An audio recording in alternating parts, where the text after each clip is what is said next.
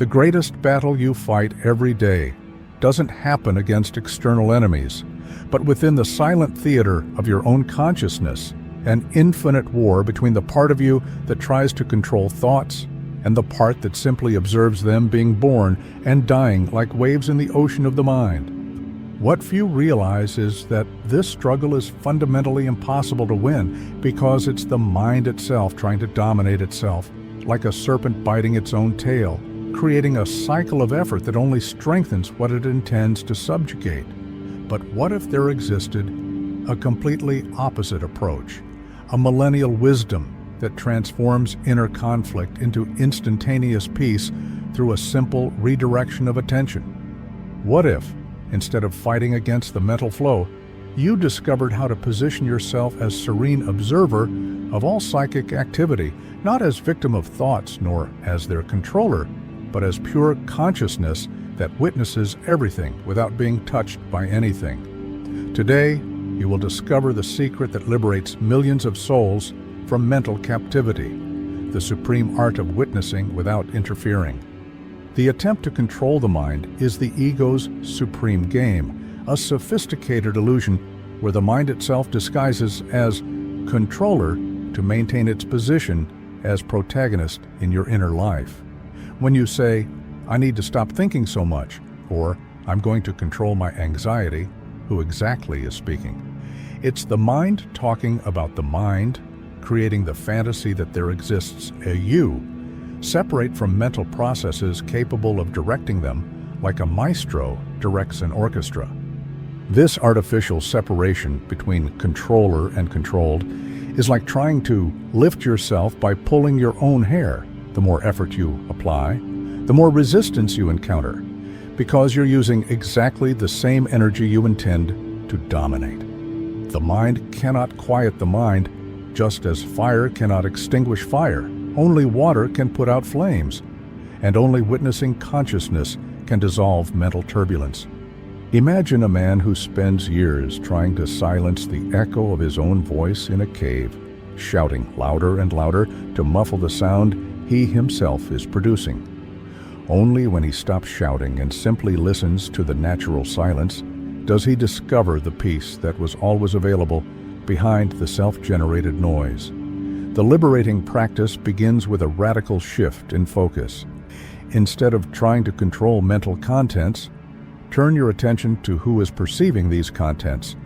When a disturbing thought arises, instead of fighting against it, simply recognize, there is consciousness here that is seeing this thought. This simple observation instantly breaks the identification that keeps you prisoner of mental drama. The most subtle and devastating error in relationship with your inner life is identifying with thought content instead of recognizing yourself as the one who perceives them. When you say, "I am anxious," or "I am worried," you are inadvertently granting defining power to temporary mental activity, as if a passing cloud could alter the eternal nature of the sky it crosses. The liberating truth is crystalline. If you can observe a thought, you cannot be that thought. If you can perceive anxiety, you are not the anxiety. You are the timeless consciousness that witnesses anxious states appearing and disappearing in your field of perception. This distinction is not abstract philosophy, but experiential reality that can be confirmed by any person in any moment of full attention. There was a disciple who lived tormented by thoughts of inadequacy until his master asked him a simple question: who is perceiving these thoughts of inadequacy? The moment he turned attention to the observer instead of the observed, he discovered a space of serenity that had never been touched by any disturbing mental content. The practice of disidentification consists of systematically substituting the language of fusion with the language of observation.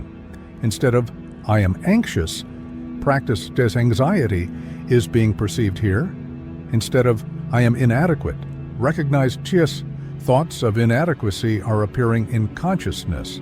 This apparently simple change in how you name internal experiences gradually dissolves the illusion that you are your temporary experiences.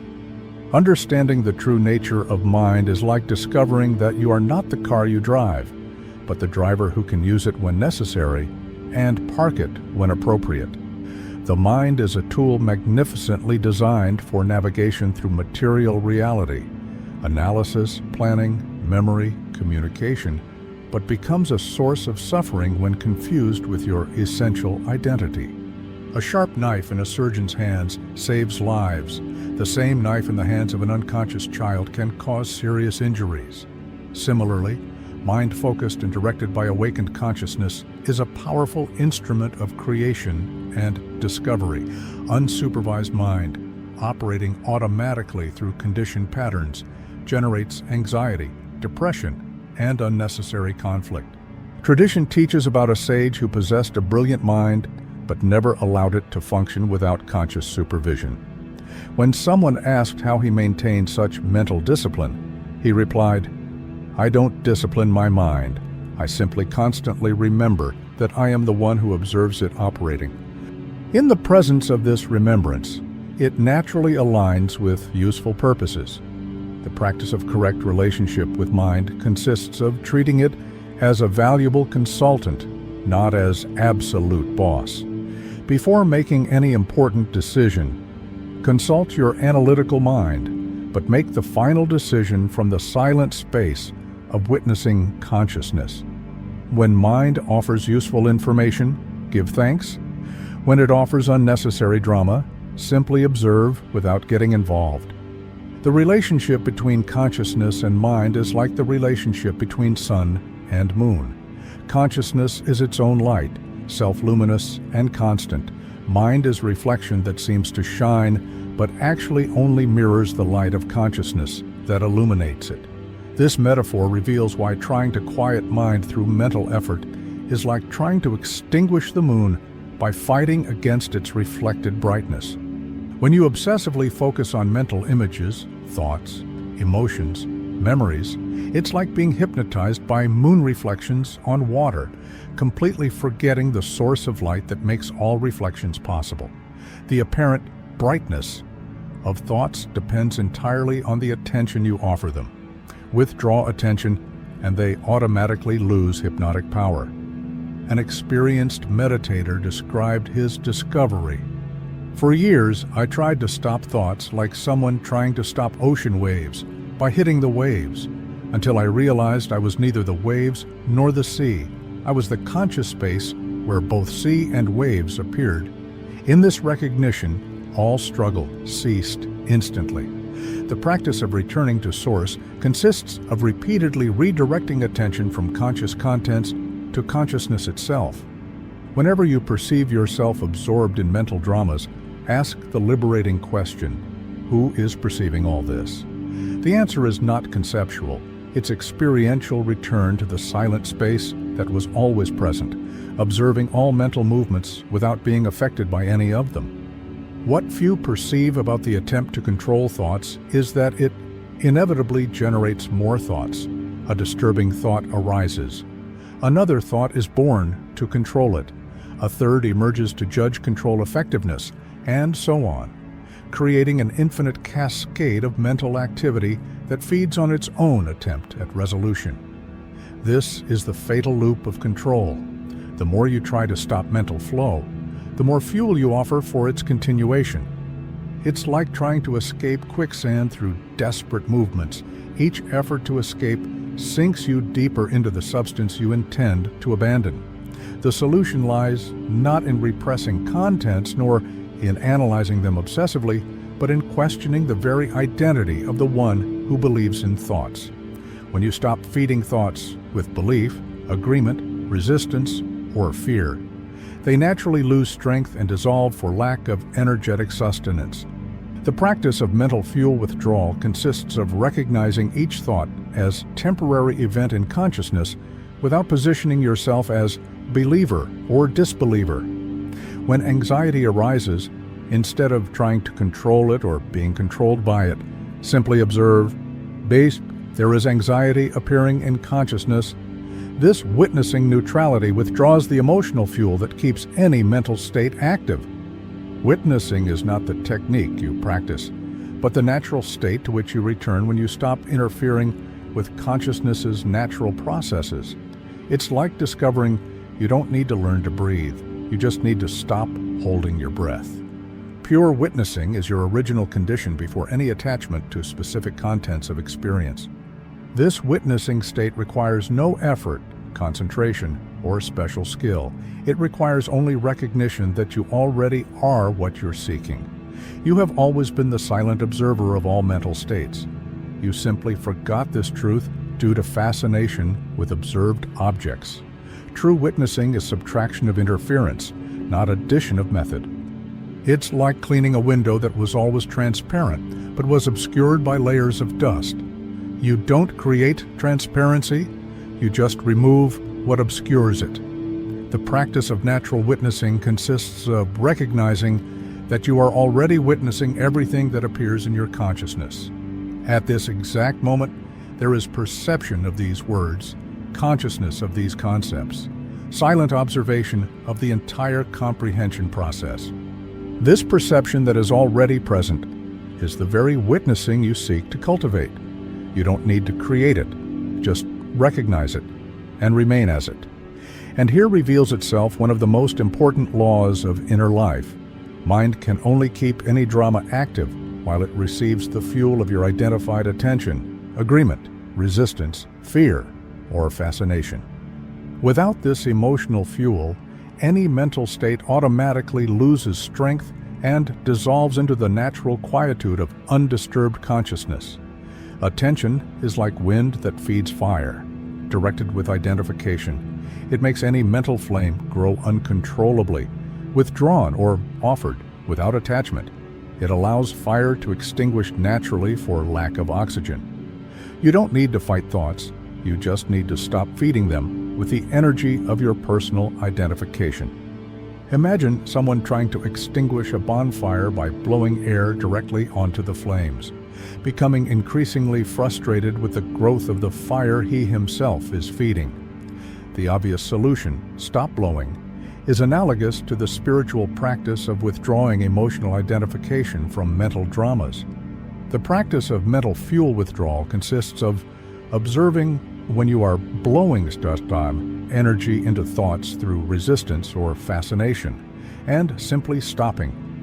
When you detect you're feeding anxiety with worry or depression with self-pity, gently withdraw identified attention and redirect it to pure consciousness that observes all states without being touched by any. Witnessing consciousness is like a perfect mirror that faithfully reflects everything that appears before it. Joy, sadness, fear, love, confusion, clarity, without ever being altered or stained by any image it mirrors. Intense pain may appear in consciousness's mirror, but the mirror remains untouched. Euphoria may reflect in consciousness, but consciousness remains unchanged. This unchanging constancy of pure perception is your eternal refuge, available at any moment, regardless of the specific content being experienced. Severe criticisms may reach personality, but cannot touch the one who serenely observes criticism's impact. Extraordinary successes may elevate ego, but cannot modify the peaceful nature of the one who witnesses elevation. A sage described his understanding. For 40 years I sought peace, trying to change the content of my experience, avoiding pain, pursuing pleasure, controlling circumstances. Until I discovered I had always been the peace I sought, I was the unchanging space where pain and pleasure appeared like passing clouds in consciousness's infinite sky. The practice of mirror recognition consists of consistently identifying with the one who perceives instead of what is perceived. In moments of emotional turbulence, remember, I am the one who is seeing this turbulence, not the turbulence itself. This correct identification with observer instead of observed is the master key that opens all doors of inner freedom. What few understand about witnessing is that it doesn't result in passivity or inaction. It results in more efficient and spontaneous action because it removes the psychological weight of the doer, who constantly worries about results, recognition, and performance. Action continues happening through you, but without the neurotic burden of ego that transforms each activity into self-esteem test. Non-doing is internal attitude of non-interference, not external paralysis. On the outside, life follows its natural course. Decisions are made, words are spoken, actions are executed, but inside there's no one carrying the weight of being the doer, responsible for orchestrating everything perfectly. This liberation from personal sense of authorship dramatically dissolves the anxiety cycle that arises from the need to control results. When you act from witnessing, you act with total availability and competence, but without neurotic attachment to action's fruits. The practice of action without actor consists of executing routine activities, cooking, driving, working, while maintaining consciousness of the one who observes action being executed. Gradually, you will discover that actions flow more naturally when there's no someone striving to do them perfectly, just pure intelligence expressing through form without internal obstacles. And here is the most subtle error that sabotages sincere spiritual seekers, transforming witnessing into a goal to be achieved, creating a new character, the meditator, who strives to attain special states of consciousness. This spiritual performance reinforces exactly the ego structure that should be dissolved through practice. When you sit to meditate with the agenda of achieving mental quietude, you're already operating from the mind that wants something, that judges progress, that compares current states with future ideals. This conquest-oriented mind is precisely the one that needs to be seen and transcended, not strengthened through spiritual goals. True meditation happens when you sit wanting nothing, expecting nothing, simply remaining as pure consciousness that has no agenda beyond being what it always was. In this non-wanting, natural quietude emerges spontaneously. The practice free from performance consists of observing when the impulse arises to achieve some special state during meditation and consciously not following this impulse. Instead of meditating to achieve something, meditate to recognize what you already are. This subtle shift in motivation dissolves the meditator and reveals meditation itself as the natural state of undisturbed consciousness. How to recognize if this understanding is truly integrating into your daily life without creating new judgment criteria that feed spiritual ego. Genuine progress markers are always subtle and natural. Less emotional reactivity before provocations, faster recovery from disturbances, greater mental lucidity, even amid external noise. A specific transformation in internal language indicates real change in identification. You naturally begin describing experiences as, there is sadness, instead of, I am sad. There is confusion, instead of, I am confused. This change is neither artificial nor forced. It emerges spontaneously when identification with observer becomes more stable than identification with observed states. The most reliable criterion is evaluating how much time you remain out of fusion with mental dramas, not whether you can completely eliminate these dramas. Inner freedom is not absence of thoughts, but presence that doesn't get lost in thoughts when they appear. The practice of subtle self-evaluation consists of observing, without judgment, how frequently you lose yourself in identification with mental states and how quickly you can return to witnessing. This observation should be done with the same scientific neutrality with which a meteorologist observes climate changes, without personal preferences, just factual recording of natural patterns. To integrate this understanding into daily life's texture, develop a repertoire of micro-practices that can be applied instantly when you detect excessive identification with mental contents.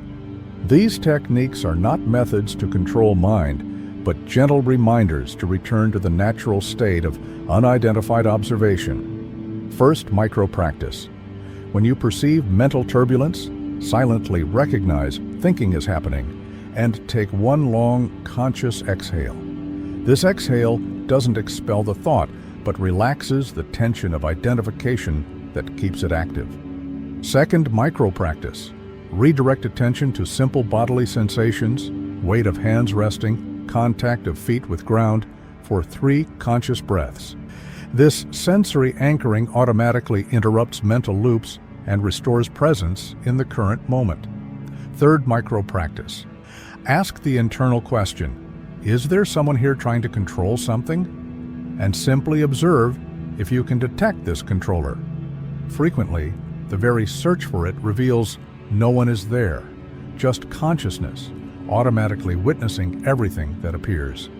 The journey through the supreme art of witnessing revealed the most liberating truth a human consciousness can discover. You were never prisoner of your mind because you never were your mind. You have always been the free and luminous space where all mental experiences appear and disappear like clouds crossing the infinite sky. All psychological suffering arises from illusory identification with temporary contents instead of recognition of your nature as eternal, immaculate, and serene witness. This understanding is not intellectual conquest you add to your knowledge collection, but direct recognition of something that was always true. You are pure consciousness, temporarily disguised as person with mental problems to solve.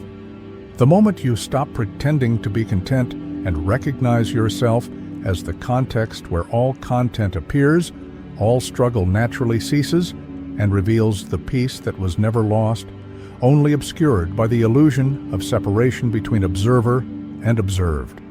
If these revelations awakened in you recognition of your true nature as imperturbable witness of all experience, if they touched the deepest chords of a soul that always knew it was vaster than any temporary mental state, then allow your gratitude to transform into conscious action. Tap the like so more consciousnesses discover their natural freedom.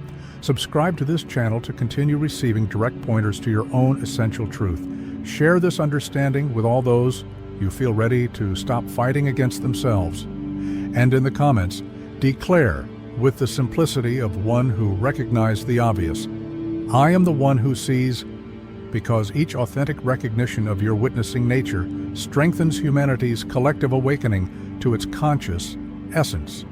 May the clarity of this understanding become your permanent dwelling. May you discover, in daily practice of this recognition, the inexplicable joy of being the space where life happens instead of victim of happenings.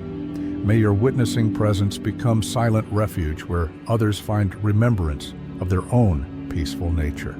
And may you always remain as what you are, free, luminous consciousness eternally at peace, observing creation's infinite dance without ever leaving the motionless center of your own being.